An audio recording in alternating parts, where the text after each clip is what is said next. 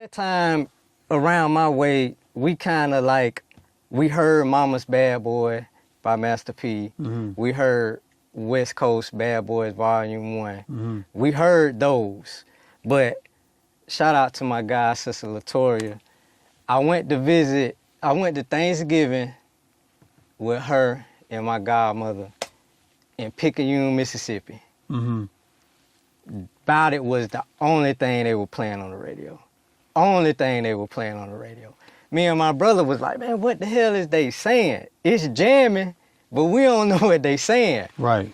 And from that moment on, I think that's when Master P got on our radar. Right. Like, that's when he got on our radar. You tell the story about your daughter messing around, hitting the keys and everything. You had to tap her, man. This that equipment, man. This what I make my living off of, baby. This what I make my living off of. But when you heard it and it was jamming. It was like, I was in a producer's block. Mm-hmm. So I had the,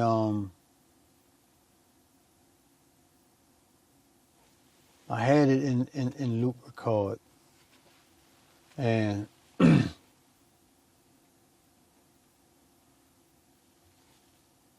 my daughter used to always just see me hit on the pads and the keys and shit. Playing the keyboard, the drum and all that. So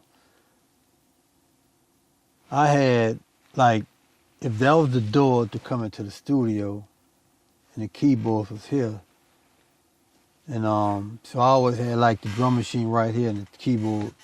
Mm-hmm. So, but I had it in loop. Came, slapped on the pad. That's what she always used to see me do. Yeah, she just doing what daddy do. So when she did it, I turned around and looked. I grabbed it, brought it upstairs, and shit, I'm coming down.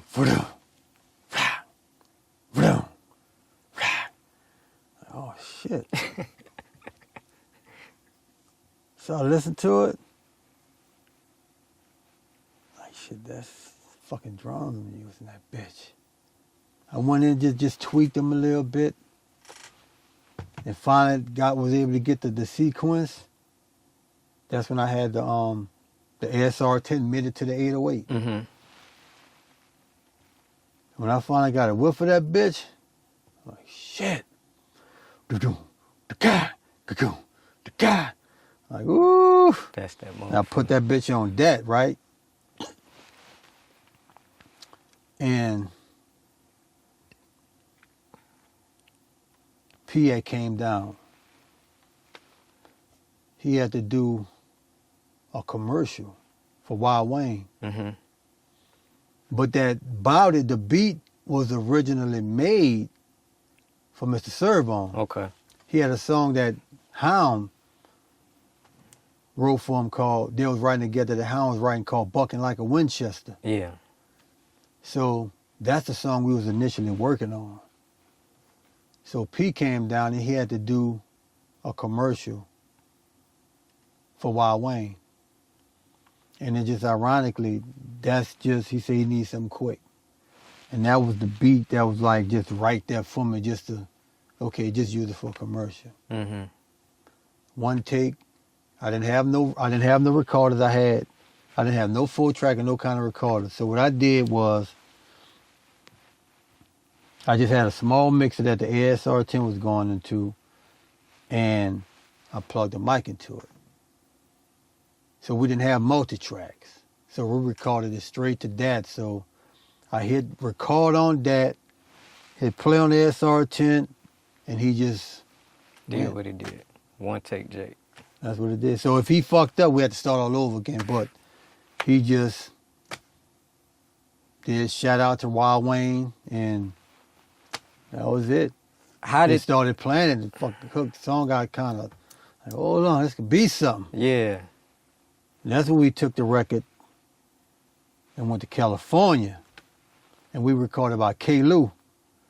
And K. Lou is who P was working by, you know, like K. Lou, E.A. Ski, And that's who P was working with on production when I first got there. But this time he was recording it by K. Lou. And he just took the beat and just made a whole song out of it. You know, man. And Mia was there. Mia did her thing. Laced that bitch. Yeah, she did. And the thing about it was that TRU album that it came out on, that album was already done. So, and then him and Moby did a song called Fuck Them Hoes. So just the fact that we just did these last two songs, he was like, well, fuck it, let's just put these songs on there so we can have a song on the album. Yeah. Not knowing that this is the song that's about to change everybody's fucking life. Yeah. What was that change? Like, what happened? Man, I really didn't know until we had a show in Ohio. The Midwest.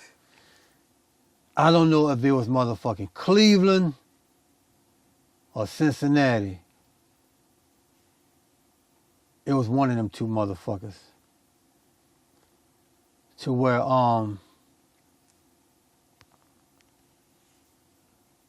the place where we was doing the show was overpacked. So they moved it outside at a it was outside somewhere. I don't know if it was like a venue to where like it was outside. Mm-hmm. Inside wasn't big enough. I'll never forget. When I walked outside that bitch and we pulled up and I seen the people out there, that was like my first sign of seeing success to my shit. So the state of Ohio was the first where I saw that I got a song that hit. Like motherfuckers know that shit. You know what I'm saying? To where like, and I got to give my first witness of success was in Ohio. When they did Bout It in that bitch, and I saw the people reaction, I was like, fuck. Yes, sir. This is it. Yeah. Man.